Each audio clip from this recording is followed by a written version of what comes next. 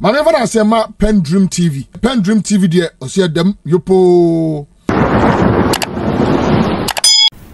Edudzi Tameklo and Solo, a senior communicator of Alliance Movement, has also added their voice to the happenings in Mamobi, which they all disagree or are against the happenings of the MPP guys attacking the NDC with gun, and the police at post were not doing anything. And in fact, the police scene on the scene was rather begging the NDC guys who were not even with arms to stop what they are doing, and it was hectic, to be frank. It was something everybody will talk about. And if this continue, I think something has to be done, because if this continue, then we are heading towards somewhere. Edudzi also added his voice by saying or sending a warning to the IGP to stand well, because his posturing is not helping the police service. And it's a fact, since he was elected as IGP, he's doing things like some pastor in favor, some secret or strategic planning in favor of the MPP. And if you are not careful, you will think he's neutral. It's never neutral. He's working secretly for the MPP, which I will say from his actions and inactions. And what Edudzi is saying is perfectly true. One day we will rise. One day the youth will rise. Because when your voices are not being heard, your actions have to show that yes, we are not silenced. Even though it's not good to fight. As a singer once said, you don't have to fight to be a man, but sometimes you have to fight when you are a man. Yes. When the police service or the security service continue with this, I don't think heading towards the election it will be peaceful. I'm not threatening, but the action is clear. And I agree, or I side with Edudzi. When there is a change of hands,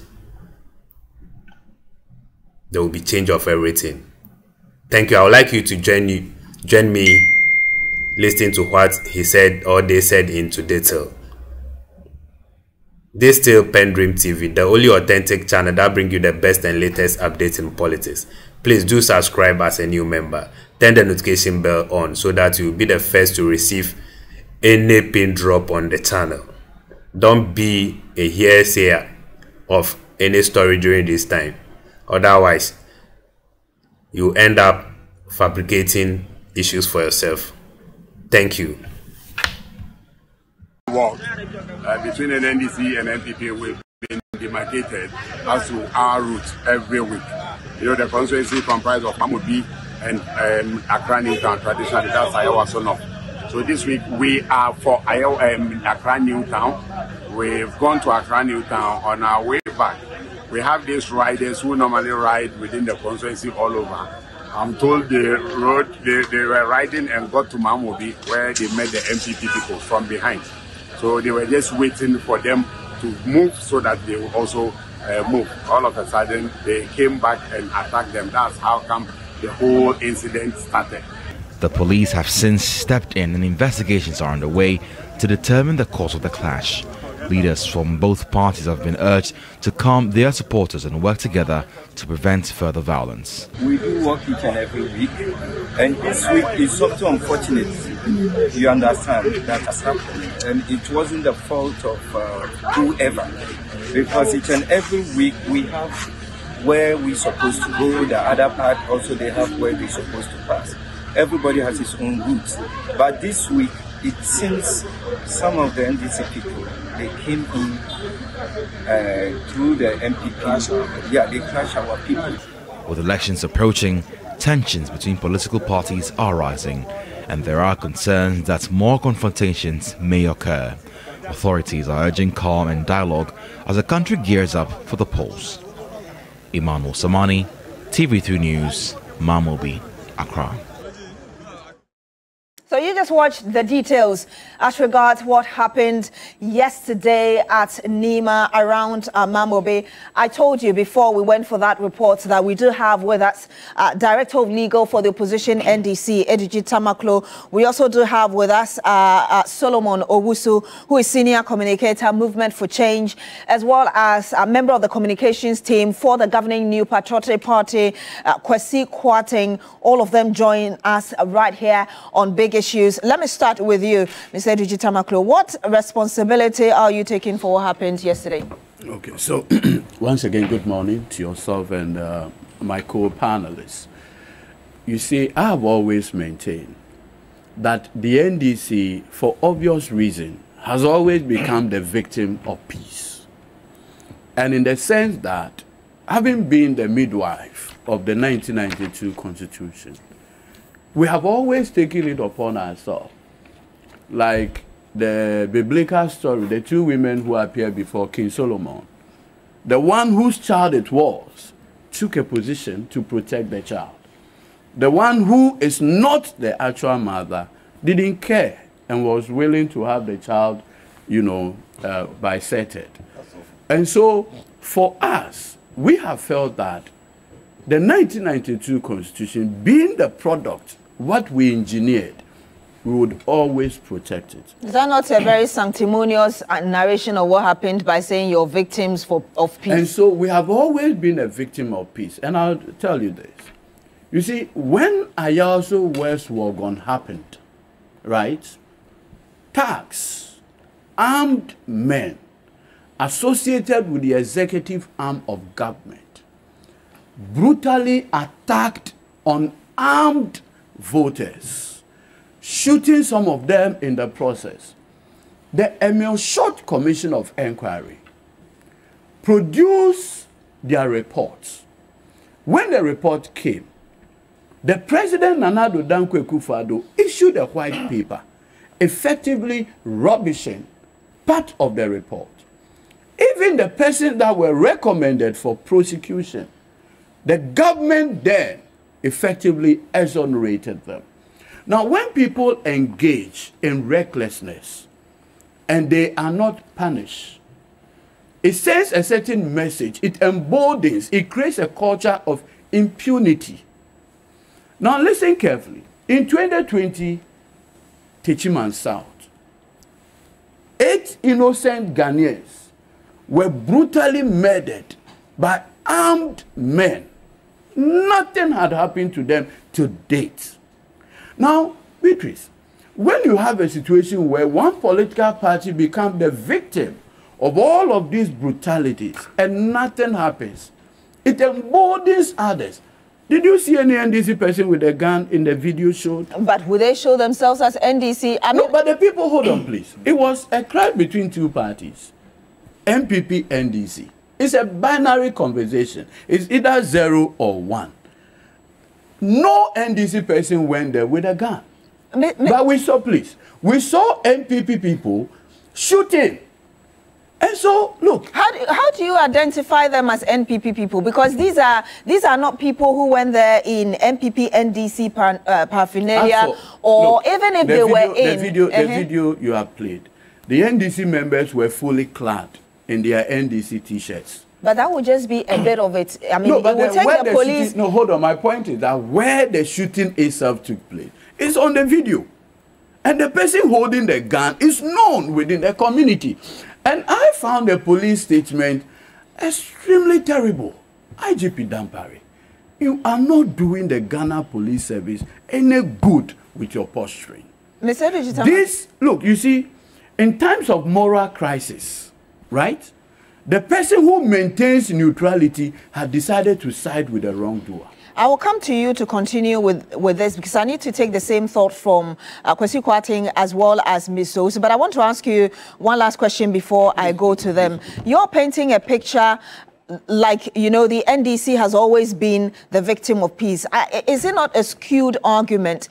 Because you need to also take some sort of responsibility that, I mean, it takes two to tango. So you cannot exonerate yourself that you've not been involved in any sort of violence at all. I mean, before the 2016 elections, I remember as well, there was another clash in front of the president's Nima residence.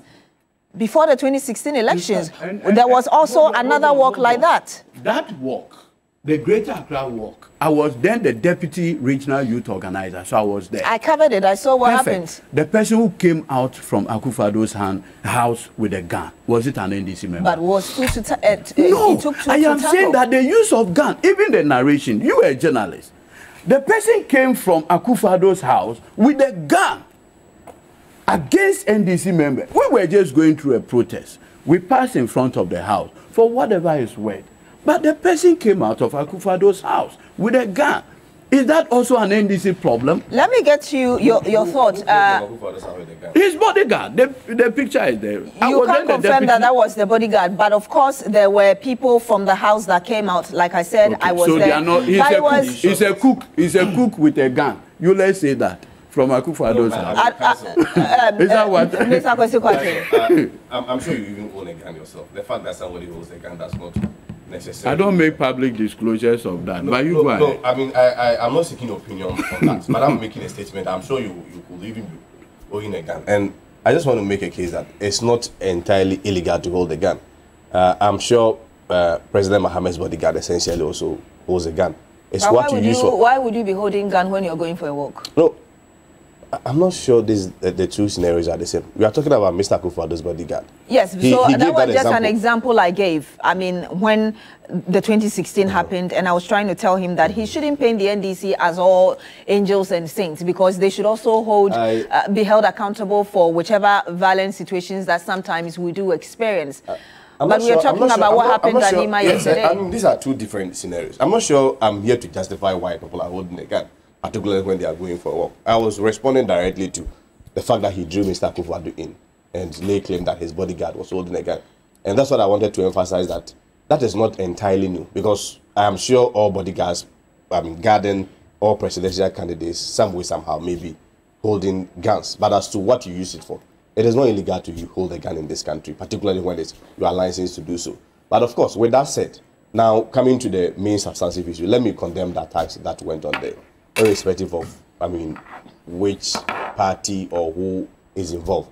But for me, I want it to be decoupled a bit of, in terms of the criminal aspect, that criminal act that has been committed. I want to be decoupled from the political arguments that we may be having. Because if we do not do that, what we may be witnessing is a reference in the past. For instance, people may go into Talensi 2015, people may go into Cheponi 2009 and make all these recollections, and then try to justify it within the political landscape and political umbrella. That is not what I'm seeking to do. So a crime is a crime irrespective of who commits it. Whether it's an MPP person, whether it's an NDC person, is a crime.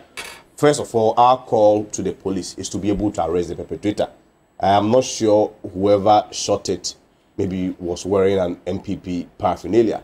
Of course, it will also be dishonest and insincere on my part to sit here and pretend that an NDC person will shoot himself, or an NDC person will shoot an NDC person. So, the general call that we have to call is that we have to get authorities to investigate and press upon them to be able to come out with the outcome of the investigations, and probably the prosecutions is made, and whoever committed that offense is brought to book. But of course,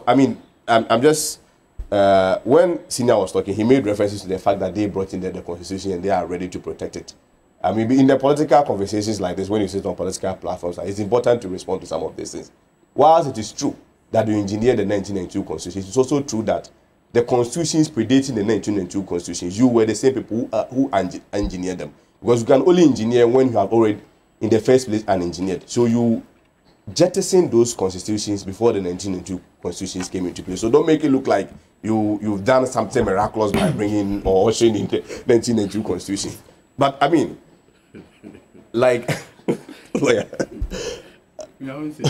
well, let me proceed. But like I indicated, it is something that none of us do condone.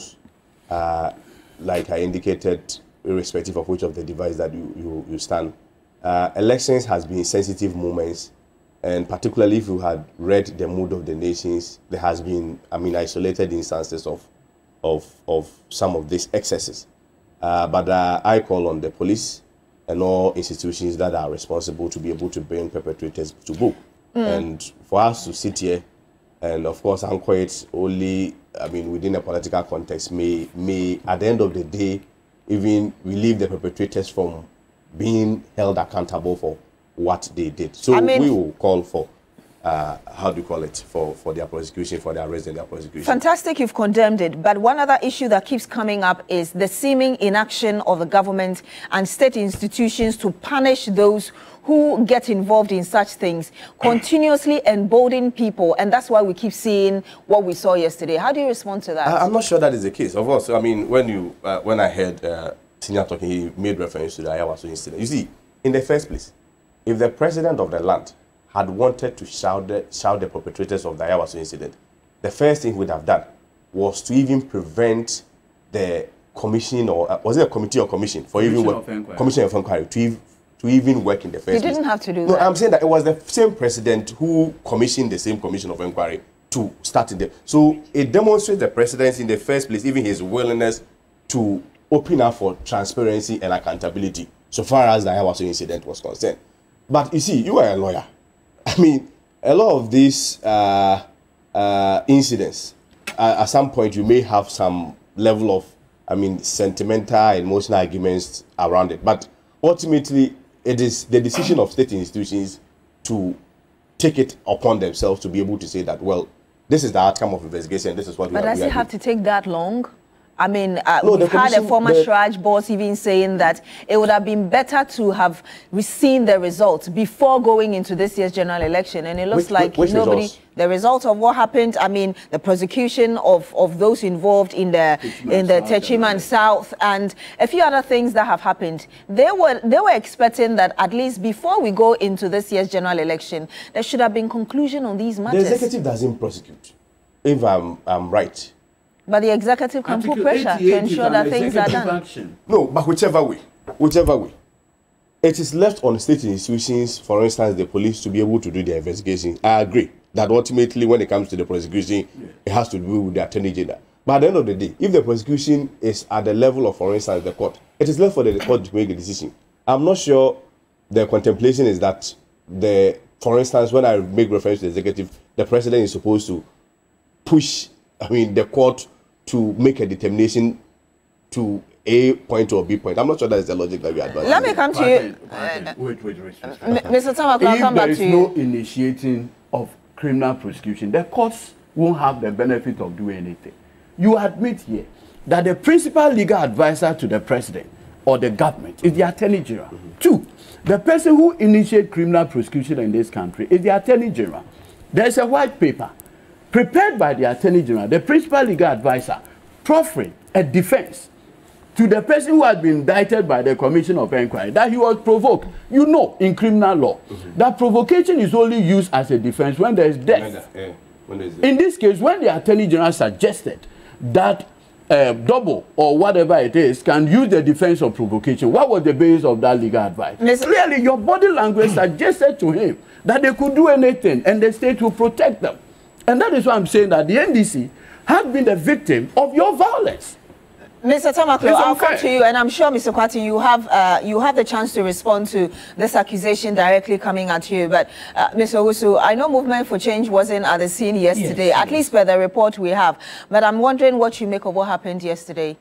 So every day, these two political parties give us a reason why Mr. Lanchamate has to be voted as the president of the land. Because clearly, just a mere walk, health walk, just to exercise towards election 2024 turns bloody.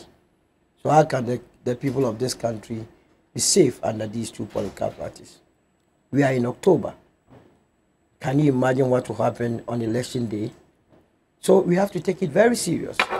And this must preach to the media houses that are trying to force these two political parties onto the people of this country to desist and create an avenue where Alan Chamate's messages will be getting to the people of this country, so that we will do away with these two political parties. We gave to ourselves this Vigilantism and then Related Offences Act of 2019, Act 999, where we disbanded all the known tags we have with our political parties, the Hawks, the Azokers, the Kandahar, the Bogadu Bulldogs, and so on. So what you're trying to say is that it hasn't completely dealt with the problem? No, because people in authority are failing to prosecute. You see, we have to, like, I agree with both of them, we have to treat it as a crime. People hide behind these political parties to undertake their own activities. What was the police doing? I'm very surprised that the police could not arrest a single soul.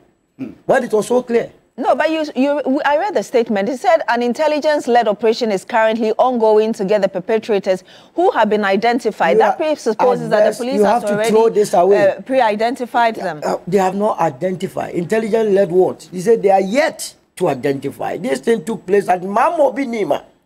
Just here, across our shores. No, they said they have been identified. It's in the statement, identified. Have they been arrested? Oh, it's a process. How can you identify someone without arrest? So what are the people? You couldn't. You were able to identify them, but you have not been able to arrest them. So you think the police is sleeping? They have been sleeping all this while. They are not working. You see? But is intelligence-led identification not good enough? We have been told this over and over again. Every time intelligence-led operation, every time you are investigating, we killed a journalist. The same statement they issued. Intelligence operation is ongoing. We would arrest the perpetrators. As we speak, those that were behind Ahmed Swale's killings have not been identified. You understand? The last time they arrested an EC official for illegally transferring people to Puziga, they say, oh, intelligence operation, we are still investigating. We have not heard anything. So this is not going to end anywhere. And that's why I'm saying that the actions and inactions of the security agencies could jeopardize our election 2024. Could jeopardize our elections 2024. I'll come back to you on this. Unless there's another point you want to make. So the point is that we just have to do away with these two political parties. Owusu, just really your preliminary thoughts on what Mr. Kumado just gave us, and then I'll come to the two main parties whose supporters were involved in what happened yesterday. So it's very revealing that we have close to 14 million small arms illegally in the system. That is very, very revealing, and it tells you that we cannot toil with what lies ahead of us. For me, what will save the situation is that we need a leader who will bring all sides together. The country is too polarized, it's too divided, and you need a leader that can bring all sides together to form a government of national unity. This business of winner takes all is what fuels into some of these tensions. It's like there's so much at stake. People are investing in this business called politics, and they don't want to lose their investments. So how do they protect it? That is why they will go to the extent of giving guns to the people. Look at the screen. This gentleman targeting people as though he was going to kill animals. But these are human beings. But he has been left off the hook. I can bet my last person that he's not going to be prosecuted. It is not. Well, let's hope there's a change. No, it's not going to happen. 2 months to election, even serious matters like pollution of water, people are saying on the water of politics. But he's just an individual. What will prosecuting him do to the electoral fortunes? He's operating under the cover of a political party. This country. In fact, he went there with Aziz Futa. Oh, the NPP Nasra coordinator.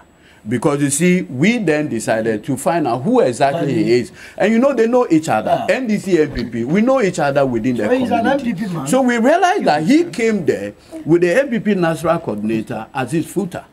And that is what, and you see, if you read the police statement, it's completely disingenuous. So what this guy was holding gun openly. And people know. And people know this is him. At least you can show it. And you see the painful thing, the police commander in charge of operations, Alhaji Sraj, came there. And he was rather begging the NDC members to calm down. So that these people can display. Can you imagine? Effect an arrest. That is how you demonstrate accountability. So, Mr. Tamaklo, what you are alleging is that the NPP Nasara coordinator is complicit in this. I am saying that Aziz Futa came to the program. You see, the NPP parliamentary candidate has his office within that enclave. So when our supporters finished and they were on their motorbike, right, that was when the incident. So you see that most of the bikers were NDC and they were in the T-shirt. These guys were just there with the national coordinator. My point is simple. He may not have anything to do directly, but this is a guy who had been found with a gun. There had been discharge of the gun. That's a criminal offense. Yeah. What you do is that you isolate him from MPP and deal with that situation as a crime. Yeah. I'm coming to you. When Howard Kumsen, the MP, went to a registration center and fired a gun, do you know that the police commander in Central Region who was doing the investigation was immediately transferred? Oh, really? Yes, 2020. Take it up. That the That's police, something we'll have to yes, look into. please. The police investigator who investigated Howard Kumsen from Central Region was effectively transferred. In as much as we are going to look into it, no, hold I on, beg you, Mr. just 30 seconds. You see, when the police officer takes an issue of this and he suffers politically, it sends a message to the other officers. Stay your hands off. What evidence do you have to suggest or conclude that he was transferred because no, he was transferred because he was bent on prosecuting. He was bent on having Howard Kumsen prosecuted in Central Region. And the government at that time didn't like the idea. She was a minister. Okay. They didn't like the idea. So for that patriotism, that service to integrity that the police officer took, for that he was punished. And I'm saying that when situations of this nature happen, it sends a message to junior ranks that don't get involved, because you stand the risk of getting transferred. And you know, for police officers, the transfer processes usually disintegrate, dislodge their families and others. So they are extremely cautious. So when transfer is used as a tool of punishment, it sends a certain message across that don't get involved. Alhaji Suraj, you know this guy, you know him personally, but because he came with Aziz Futa, Alhaji Suraj has not demonstrated that he's a man enough together with IGP Dampare to arrest this guy. His pictures are all over Facebook. Meanwhile, the police are telling us that intelligence, what is intelligence about this? What is intelligence about this? IGP, no, hold on. IGP has a special unit called Police Intelligence Unit. They are judged by the Electoral Commission. Yes, yes. It has been almost 12 hours since this incident, and you are telling me no. I'm sure the police will be watching. And like I told you, you see, whatever Dampare is doing, we are watching. We will not, and I tell you, we are never going to forever remain the victims of peace. We will not. That's a direct threat on national TV. I don't think that's a good thing to say. See how our guy was shot in the leg. But I don't think. And you want him dead. But you think that you want him dead before we come here. Tamaklo. 8 innocent people were killed in order for Akufo-Addo to get a second term. And today, nothing had happened. How long are we going to remain this? And you think my supporters are watching me, and you think that I should keep quiet when our people are deliberately shot? Beatrice, you're threatening violence on national television. You think that violence, we have every right to protect ourselves. In fact, the first law of nature is self-preservation. We'll preserve ourselves. Mr. Owusu, you were on the floor before Mr. Tamaklo came in. Then I'll give the word to clearly, Mr. Kwating the security agencies have to act. They have to act and be decisive. If indeed the operations director knows of this guy, the whereabouts of this guy, and it's not arrested, and we are being told that intelligence gathering is ongoing, then what are we doing? People have been shot, people are injured, 9 people. And for me, it still comes back to the issue of we having a neutral person to lead this country that will bring all sides together. The tensions are too much. For instance, over the weekend, this coming Saturday, we are going to hold a mammoth walk in Kumasi, Afro. Can you imagine we being engaged by such attacks? We can anticipate that Alan movement is walking on the streets of Kumasi, and you have some 2x4 people under the guise of MPP, Nasara here and there, confronting. That will be a disaster. So IGP, together with your men, you have to act decisively to save the situation. We don't want any confusion anyway. Mr. Kwating, how do you respond to some of these direct allegations and indeed the threats that if the institutions fail to do anything about it, then the others who see themselves as victims would also take up the situation on their own? I think, first of all, my earlier comments, I still stand by it, that is something that we all ought to condemn. And my only disagreement is the fact that it looks like we are even running ahead of the police. Of course, I personally, in my own opinion, I have my own reservation when it comes to the criminal justice system and how state institutions do work here. But we should also be mindful to hasten slowly, particularly when we want to malign the same institutions that we believe will work when maybe one day we happen to be on the other side of the pendulum. It doesn't matter who is in power. Crime is a crime. And I mean, whether the police are not doing their work or they are doing it, ultimately we have to call them into account. But when we play, I mean, of course, I understand how emotional and sensitive this whole situation is. Their concern is that it looks like the NPP and state institutions are playing ostriches. Who is wrong. I'm not sure that is necessary now. Because as of now, Mr. Futa here is not here to respond to the claim that he came with a guy. Please, respectfully. You dramatize the whole situation, played all manner of emotion. Let me speak. We can all do same. And even to the extent of threatening the police service and the IGP. I felt it was very uncalled for. No, can I respond? Can I proceed? Let me proceed. You have your time. Nobody say you don't have the right to protect yourself. Everybody has the right to protect himself, including yourself, including myself. But I'm saying that when a situation comes, as of now, the preliminary reports that we are getting is that 9 people are injured. Nobody has even made full disclosure of their political identities. Whether there was confrontation from all ends, whether the shooting came from all ends. We sit here and speculate. Even lawyers are speculating. Now you can see a video. See what? You can see a video. Oh. Gun is coming from one side. You say you saw a gun coming from one side. Was it a gunfight? No, no. That's who goes to a gunfight with a motorbike? So if today, can I proceed, bro? Senior, if today investigation reveals that there was confrontation and that there was sporadic gun shooting, will you come here to amend what you've just the statement you've just put? I should be humble enough to do that. That's what I'm saying. That I agree with you when you call on the police institution to act. Absolutely. I agree with you when you say that there should be prosecution. No two ways about that. Even if Aziz Futa himself was the one who shot, he should be arrested and prosecuted. I agree on that tangent. But when you sit here and Mr. Futa is not here, then create a correlation, a direct link between Mr. Futa and the MPP and a criminal activity, you make it very complex for even the police to be able to deal with it. Whoever did that should be arrested and prosecuted.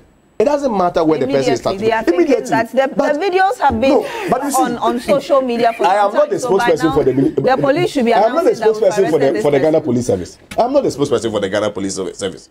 But you see, the police had, in all honesty and in all sincerity, I agree with the entire panelists that within a very short space of time, particularly looking at how dire an emergency of the moment, the guy should have been arrested. But I cannot sit here and pretend that I understand how the police do works.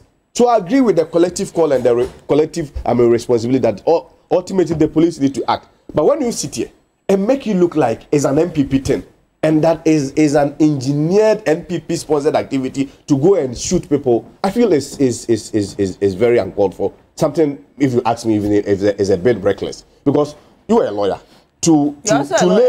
Yes, but he's my senior. He's my senior. I learned from him. To lay claims without supporting him with evidence and then be dramatic. No, that's what I'm saying. That Mr. Futa is not here. Which evidence? You saw him with Mr. Futa. Or you are just laying claim. Oh my God. The point is that lawyers are supposed to trade their business in court. Here we are doing a different matter altogether. Policy, executive action. No, but you see, with his background, there is an expectation from him. He has done a lot of criminal prosecutions. You're also a lawyer. Yes, but I have not seen any claim there. So can we deal with the issue of Beatrice, I'm on the floor. I have not seen any claim there. I'll tell you a personal experience. Just last week, Wednesday, this but you have to let him land because our time is running out. Just this Wednesday, I was before a court of appeal judge, sitting as an additional high court judge, to apply for bail for an NDC branch executive. What was his crime? He did a video, and in the video he said, look, the way IGP and Interior Minister are going, blah, blah, blah, if they don't do it, he will do A, B, C, D. Immediately the police issued wanted list. Myself, I called my senior Francis Xavier Sosu presented him to the police. Immediately he was arrested. Within 2 days, they preferred criminal charges against him and put him before the circuit court. As I speak to you, the circuit court judge is doing the case every day. So, daily. Mr. Kwasi, So, what is the correlation? no, the point I'm making is that I see my member who had not even carried a gun, a member that I personally took to the police. And he's arrested after. He's taken to court. And the judge is doing the case daily. Okay, Mr. Tamaklo. And you, oh, he's being proactive. Yes, what's wrong about that? You are holding So you call the police to also be proactive? The judge is being proactive. We see that we are becoming a victim in this country. Victim of what? You are making it look like when you... We are becoming a victim. No, I'm not sure that is the case. No, I'm not sure that is the case. I'm not sure that is the case. There are many criminal cases in the court. This young man's case is running every day. Mr. Tamaklo. But thankfully, the judge, when she granted, the High Court judge, when she granted bail, admonished all of us in court that the elections, so we should advise our supporters. That is what we are doing. But how long am I going to look into my party supporters at Director Legal and tell them to comply with the law when their opponent come to event with gun? How long am I going to do that? I think it is only fair that you allow Look at the position I find myself in. Mr. Kwesi Kwarteng, can you please conclude on your thoughts? And the understanding I'm getting from what Mr. Tamaklo is alleging is like a seeming selective justice of assault. That's what he's alleging. And I want you to address that and conclude on your thoughts. I don't dispute that. You don't dispute the selective justice. No, I don't dispute that because we agree that systematically, as a people, we have a problem with our criminal justice system.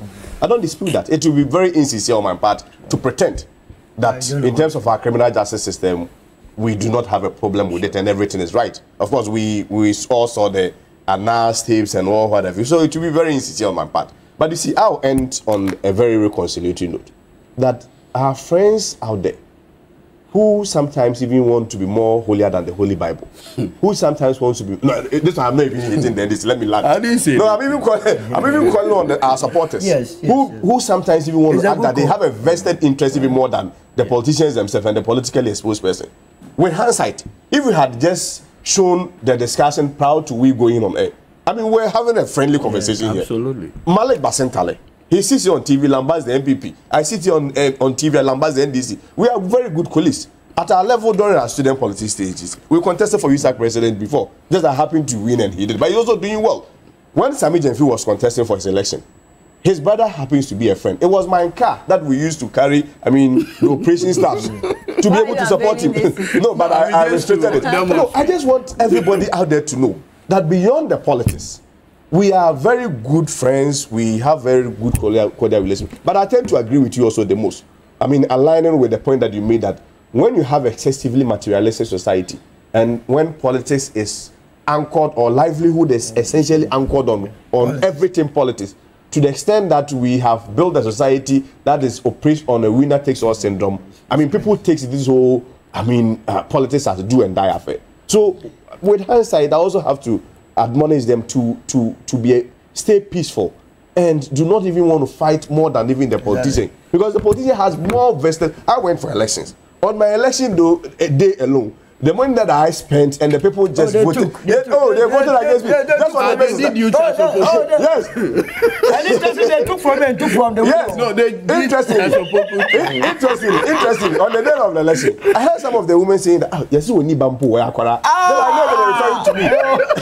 know they were referring to me. When they are taking your money. Yes, when they are taking money. And as that now, I have to pretend to them I'm still nice. It happens. It's part of the trade. They did are supposed to you. It's part of it. We have even more vested interest to the extent that, in terms of economic and all aspects, it affects your life. But whichever we were able to put ourselves together and still move on. So we are also encouraging and admonishing them that, some of these things, it should be done within the high plane of dignity and decorum. So that the true essence of humanity will not be departed from our politics. Let me come to you, Mr. Owusu. Your word to the supporters of Movement for Change. You told us earlier that you're also going for a walk next week, right, in the Ashanti region. I don't think you want to assume that the supporters of Movement for Change are so peaceful that they won't also cause any mayhem. What would you tell them ahead of this walk? Why Ashanti region? Because we are doing campaign in Ashanti region. So everywhere we go, we climax to the Why are you G3? Can you go to Volta and another region? Why Ashanti region? The matter is that on Saturday, the movement will do a walk, a mammoth one. It will be a huge one, a big one. And our prayer is that we will not encounter any lunatic who will try to, as it were, do a counter. But you're supposed to tell your people to... Our people are they are peaceful. We are very peaceful. so peaceful. But you know, there is a limit to what any human being can contain. But we believe that it will be smooth and we will have a peaceful walk. But the IGP, together with these men, they must not be partial in this. They have to apply the law. It's about the enforcement of the law. If it is black, it's black. If it's white, it's white. No ifs and buts. Once you do that, then you would endanger that kind of trust from the public. But if you begin to act partially, if it is a party A, you are going to deal with the president. If it's party B, then you begin to cover it. Society will not take you serious. And I believe that when we do that, and also vote against these two political parties and make Alan the president, Senior. all of us will be okay. I mean, I could see the two of you are tired. So low. You are tired. You are So tired. low. But the good thing is that the government of national unity will factor all of it. You will bring all of us All together. of, yeah, that's the point. Can you imagine Edudzi sitting on the same table like my brother Kwate, and then we join about how to develop this country? As it is, it's too polarized. If it is NDC, it's all about NDC people. No entry point for other political. But if the MPP, look at what we are experiencing now. All what's the NADMO coordinators are NPP regional organizers and so on and so forth. Whether or not the person has any experience in disaster management, the person is put there. What sort of banana republic are we building? Don't we have qualified people who can deal effectively with our disaster management? That on the altar of politics, we put square pegs in round holes. And that is what the movement for change seeks to change. And surely we will change it. Surely we will change it. Let me give the final word to Edudzi Tamaklu. What are you going to tell the NDC supporters? We don't want to see this again, this violence. Although you claim that the NDC has always been victim of peace. Again, like I said, this constitution matters to us so much, dearly. It is our child, so we want to protect it. And I am saying that what we should all do, and we will continue to encourage our people, our supporters, to be well behaved. Look, when we went on the recent demo, look at how everything went smoothly. That is what we will do. However, I need to make the point clear that the NDC and its members reserve the right to self-preservation. And at all material time, we will do that. I noticed that we don't have time. I just wanted to salute the Catholic Church, the Archbishop of Accra, that on Friday, the faithfuls went on demonstration, prayed for Ghana against the Galamsey menace that has ravaged this country. The MPP says if they fight it, they will lose votes. But I strongly believe that you need human life to be there to vote for you. And so the suggestion that in 2020 they lost vote because they fought Galamsey is untidy. It should not be supported. We should all know that, look, Galamsey, which had to do with water, affects us more directly. I just realized that Densu supply a greater part of Accra with water. Do you know that Gihok and others all rely on water? And we're actually learning that it will take us the latest survey. When I saw the 300 years, I said, this is like the time Don Diego de Asambuja came here till now. What in God's name are we doing to ourselves? Our president will have the benefit to bath in the sky. What water is he using? What water is he using? Is it the Galamsey? Is it the Galamsey water? He uses purified water in the sky, and then he is polluting the ground. Why? Purify water. He uses purified water to bath in the sky. One of the topics were He uses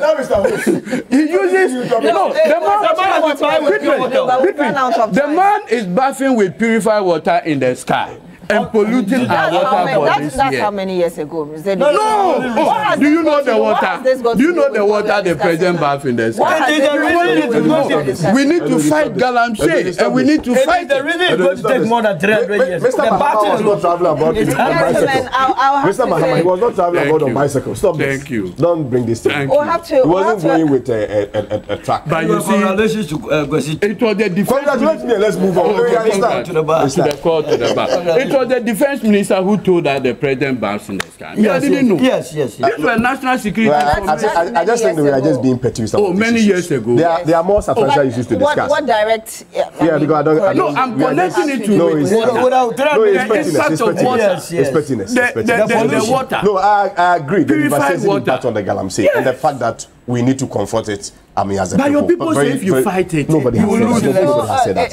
But I mean, to bring in the president bathing in the air, I feel it's... No. It's a defense minister statement. Am I going? No, I'm not.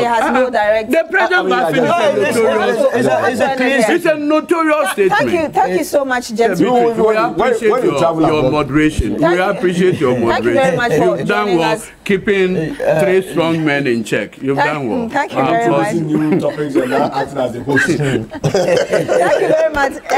Thank you very much, Edudzi Tamaklo.